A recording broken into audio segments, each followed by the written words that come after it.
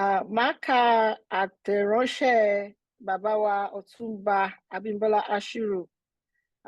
Wọ́n wá pẹ̀lú wa nígbà tá a bẹ̀rẹ̀ ètò yìí, ṣùgbọ́n wọn lè dúró di àsìkò tí a fi máa parí. Ẹ má bínú, mi ò lè tan àwòrán mi nísìn. Tí bàbá Ṣèyíká Kéwúbà bá ń gbọ́ mi, mi ò mọ̀ bí àwọn ti jáde. Ṣe rí báyìí pé a lè sọ Yorùbá tó dùn dáadáa o, tó yè kooro, tó hanrantí. Wọ́n ní aṣọ ìgbàlà ń dá fúngbà.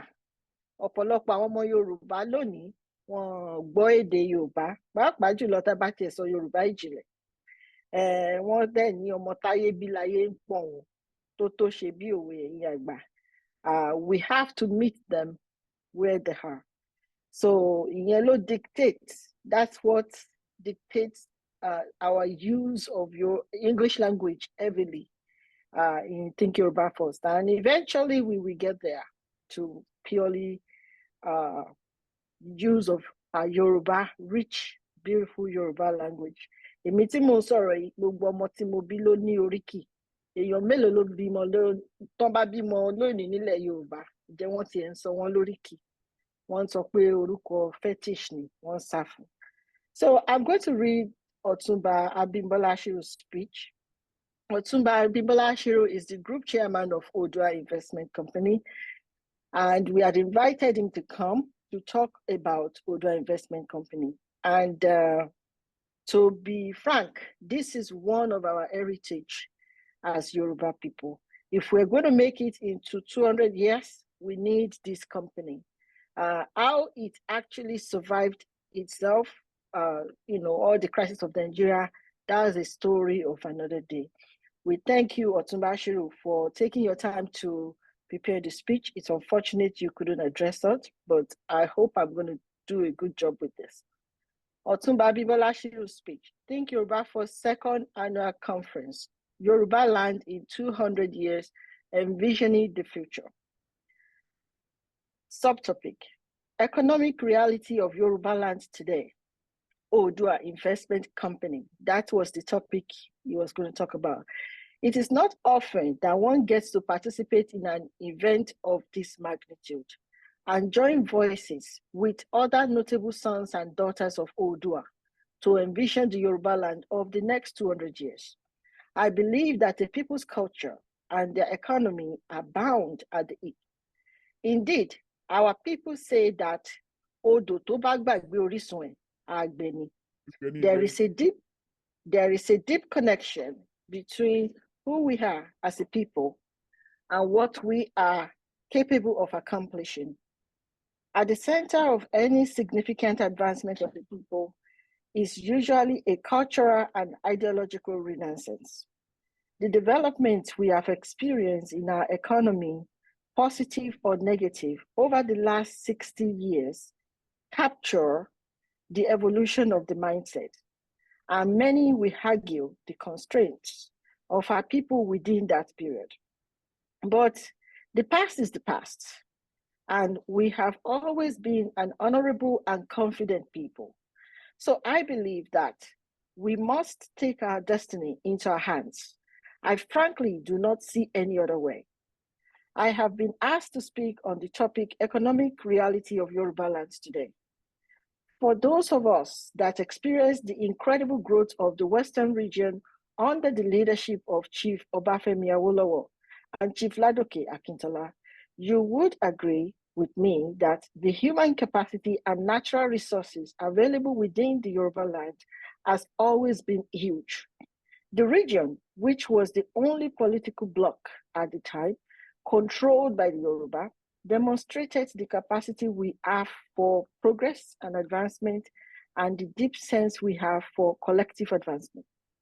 From the cocoa, oil palm, and other agricultural commodities to remarkable growth in the area of manufacturing, we developed a strong and competitive economy. At the foundation of all the economic growth were investment made in education, infrastructure, and creating a conducive business environment. The reality today, however, is that the economic situation of the Yoruba people has not improved. but declined. In addition to several social goods for which our people pay out of pocket, we are challenged by inequality of opportunities and economic outcomes. The gap between the haves and the have-nots continues to widen. While obtaining a good education, a critical pillar of success in the past, and still promoted amongst our people, no longer guarantees personal advancement. Rapid and increasing urbanization has led to the movement of viable and productive economic activities from rural areas to cities, impoverishing our people in rural areas while creating burden for cities. The informal sector and the agriculture sectors, which employ majority of our people, provide low-paying jobs with limited opportunities for advancement. Not all is gloom and doom. We have developed perhaps one of the most sophisticated banking sectors on the continent and growing ICT and entertainment sectors. Lagos and its ports have contributed to the prosperity of our lands. Food processing and manufacturing, trade are also key drivers of the economy of the Yoruba today, especially in the major cities. We cannot take all the credit, but our people have led major institutions across these areas and provided support for these developments. There is also a market variation in the economic fortunes. As you move away from the port into the hinterland, these variations mean that there is no uniformity of opportunity and development across Yoruba land, especially as focus has dramatically shifted from developing organized resources economies that can benefit some of the currently disadvantaged areas.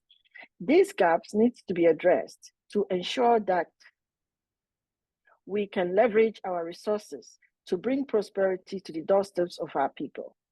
Whilst there are several challenges limiting us from creating an economic reality similar to what we enjoyed at independence, I believe that the last 2 decades have put us in a place where we can firmly take our destiny into our hands.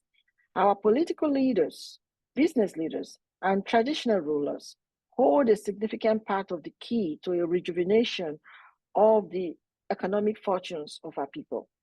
For us to succeed as a race and thrive over the next 2 centuries, all hands have to be on deck to articulate a path towards a great future for our people today and for generations to come.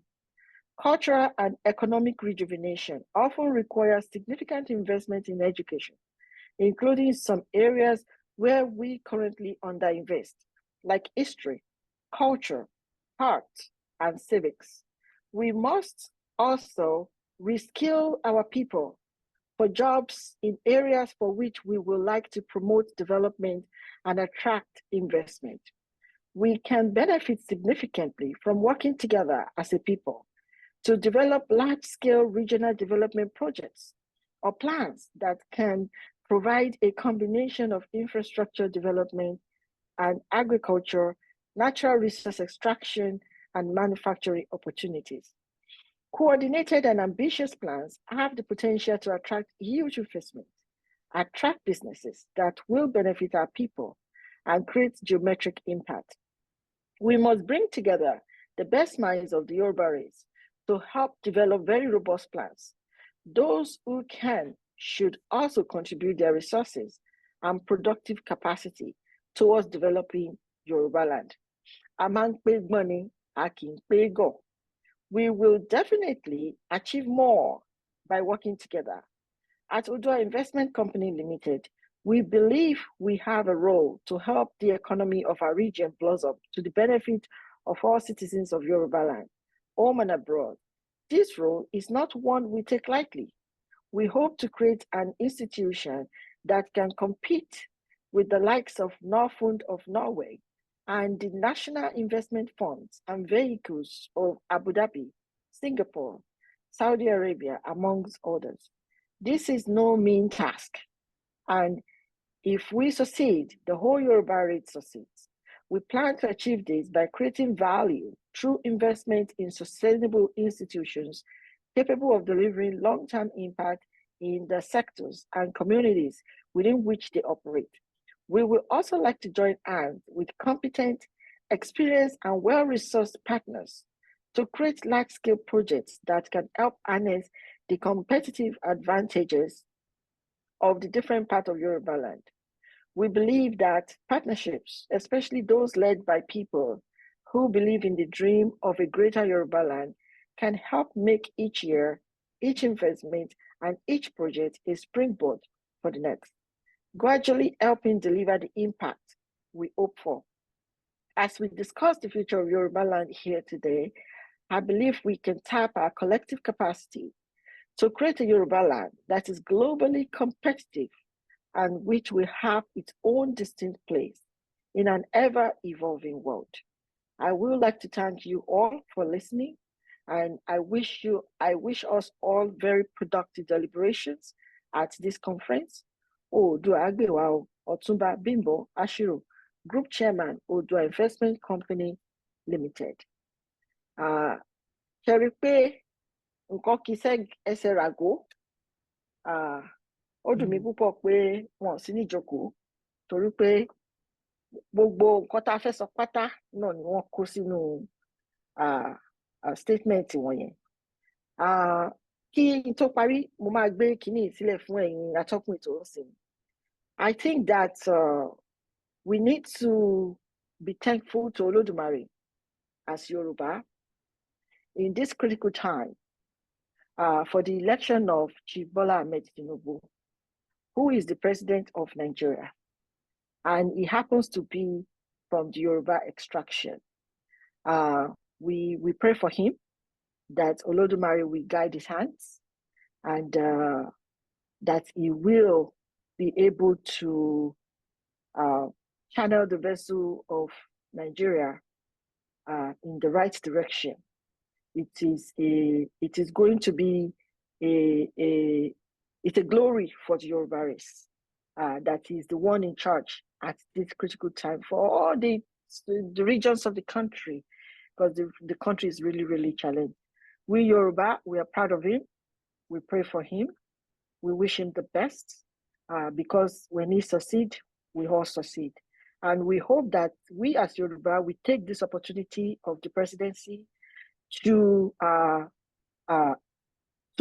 sit up, take the advantage that is providing us to rejig ourselves and to go back into the greater Yoruba land. Nobody can take Yoruba land from us except we let it go. So we thank you, Mr. President. We wish you all the best. And it's just been a whole year for you. It's not a task for the means of, it's not an easy job. And we pray that you are successful in it. And we encourage you to remember Yoruba land and do all you can to do the right thing for Nigeria. Thank you.